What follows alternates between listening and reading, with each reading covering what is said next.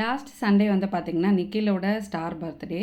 அன்றைக்கி வந்து கோயிலில் அர்ச்சனை பண்ணிவிட்டு அவனுக்கு வந்து புது ட்ரெஸ் போட்டுவிட்டு அந்த மாதிரி சிம்பிளாக செலிப்ரேட் பண்ணுவோம். நான் வந்து அன்றைக்கி ஸ்பெஷலாக அவனுக்கு ஏதாவது ஸ்வீட் பண்ணலாம், என்ன பண்ணுறதுன்னு அவன்கிட்ட போய் கேட்டால் அவன் வந்து குலாப் ஜாமுன் தான் வேணும் அப்படி சொன்னான்.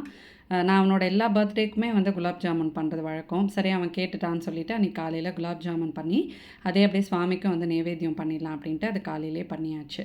அன்றைக்கி வந்து மார்னிங் லக்ஷ்மி பூஜை பண்ணலாம் அப்படின்னு சொல்லிட்டு நானும் ரெடியாகி வந்தாச்சு. இந்த கல்யாணி காட்டன் சாரீ வந்து ரொம்ப ட்ரெடிஷ்னலாக இருக்கும். இது வந்து நான் லாஸ்ட் நவராத்திரி அப்போ வந்து வாங்கினது. அந்த 9 நாள் 9 சாரின்னு வந்து யோசித்து நான் வந்து பிளான் பண்ணி ஒரு 2 சாரீ லாஸ்ட் இயர் வாங்கினது. இதோட லிங்க் கிடச்சா நான் உங்களுக்கு வந்து டேக் பண்ணுறேன். ஸோ அன்றைக்கி வந்து பார்த்திங்கன்னா கலவை சாதம் மாதிரி வந்து பண்ணி இதையுமே எல்லாத்தையுமே நைவேத்தியத்துக்கே நம்ம அப்படி வச்சிடலாம் அப்படின்ட்டு அந்த மாதிரி அரேஞ்ச் பண்ணிக்கிட்டோம். அம்பாளுக்கு வந்து அலங்காரம் பண்ணிவிட்டு அன்றைக்கி வந்து கொஞ்சம் நிம்மதியாக நல்லா பூஜையும் வந்து ஆச்சு.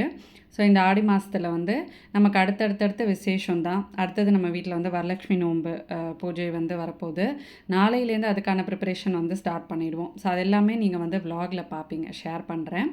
ஸோ அன்றைக்கி வந்து ஸ்நாக்ஸ்க்கு என்ன பண்ணலாம் ஈவினிங் அப்படின்னு யோசிக்கிறப்போ வடை வந்து ஒரு இன்ஸ்டா ரீல் வந்து பார்த்துருந்தேன், ரவையில் வந்து வடை.